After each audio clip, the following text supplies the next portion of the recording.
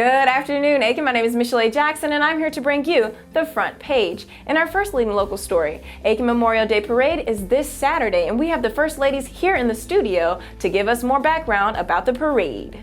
Well, in January of 2015, I happened to see a letter to the editor where the commanding group that had been hosting the parade for so many years had decided that they would no longer be able to do it. They had members that were sort of aging out, and it was becoming difficult to keep up with everything.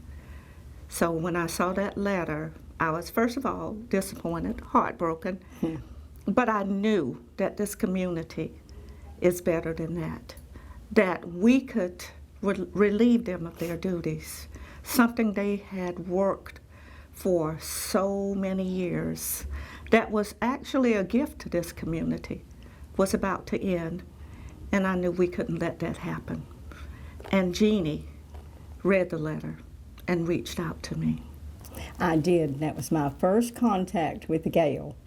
And when I read that letter, and I still have it to this day, and when I read that letter, I said to my husband, Ronnie, who is a veteran also, and we both met at Southern Bell, where we both worked at the time, until retirement. But anyway, he was a veteran also. And I read that, and I told him, I said, honey, we can't let this happen. So he said, well, do something about it. So I did. And I called Miss Gail, and I didn't really know you, did I? You didn't know me at all. And I told her, I said, you know, I read your letter, and I was just heartbroken. What can we do? And she said, well, let's get a committee together. And we did, and the rest is history. But here it is, this small group of people gathered together in March trying to make a parade happen in May. And boy, did it make it.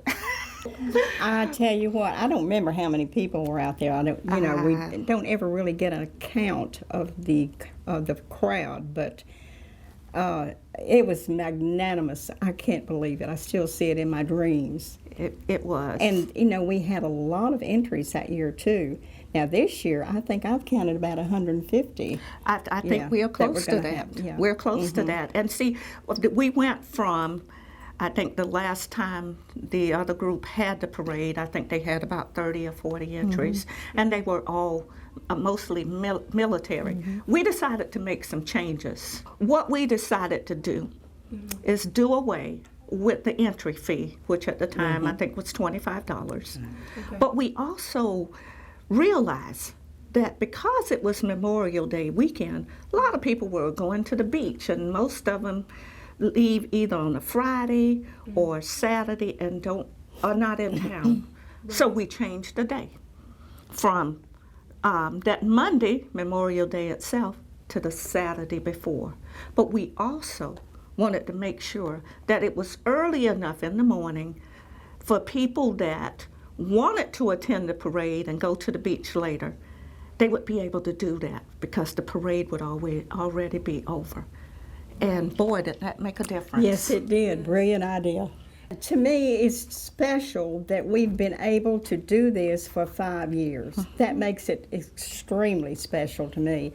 But also to know that the people are still wanting this and calling me before we even started. Exactly. Jeannie, are we going to have a parade this year? And I'd say, yes, ma'am, we are. If Gail Diggs and I are still breathing, we're going to have a parade, girl. And if you want to be in it, if you want to be a cheerleader, whatever you want to do, and shake your pom-poms, you're going to be it. So that was one reason. I think it will, as long as we're alive on the face of this earth, it's going to be here. And we have such a good group of veterans here in Aiken also, and in the surrounding area. And that's what makes it, really, our veterans. That's what we're saluting. So, and you know what? Nothing is more rewarding than seeing the faces on the ones that have served that are still with us. Yes. But also the families of those who have lost, the ones that sacrificed their lives for us. to see the tears in their eyes when we wave and say thank you for your service, or thank them for being the families of the people that served. We want them to know that we are eternally grateful for that sacrifice, but we don't want to forget the people who laid down their lives for us. But we don't want to forget the families either, because it was a sacrifice for them. They lost those loved ones. And for the ones that were able to come back home, we're thankful to them, and also the ones that are still serving. So to all the men and women who have served, still serving, we love them. And we want to make sure they know that this parade is a way for us to show them the love and the gratitude that we have for them and their families.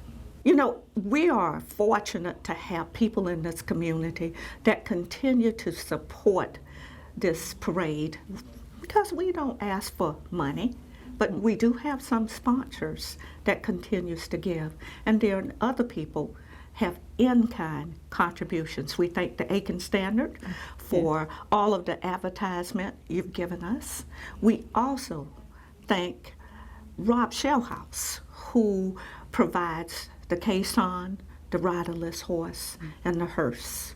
Nothing is more touching for the people that attend the parade than to see the end of that parade and hear that music.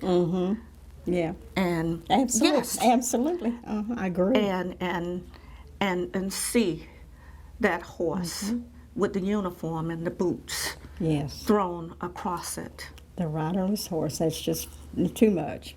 I cry over that because I stay and watch the parade, you know. Every year. And this year we'll be in the front. Yeah, the reviewing stand or whatever. We will be able to see it this year. We'll be able to see it. I always see the tail end of it. Right, you know, me too. And don't forget, I love that part of it we too. have the helicopter on Oh, the flatbed. Yeah.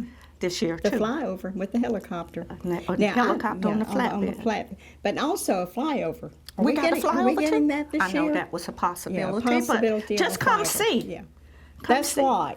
Come see. Take our word, but show up in person in your red, white, and blue. Show your patriotism. Yes. That's all we ask. That's right. Come out and show your patriotism. Wear that red, white, and blue, and wear it proudly.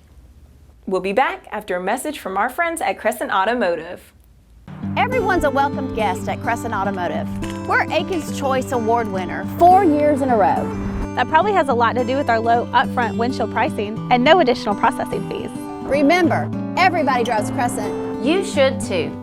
Welcome back. Graduation dates are underway. Private schools' graduations are taking place Friday.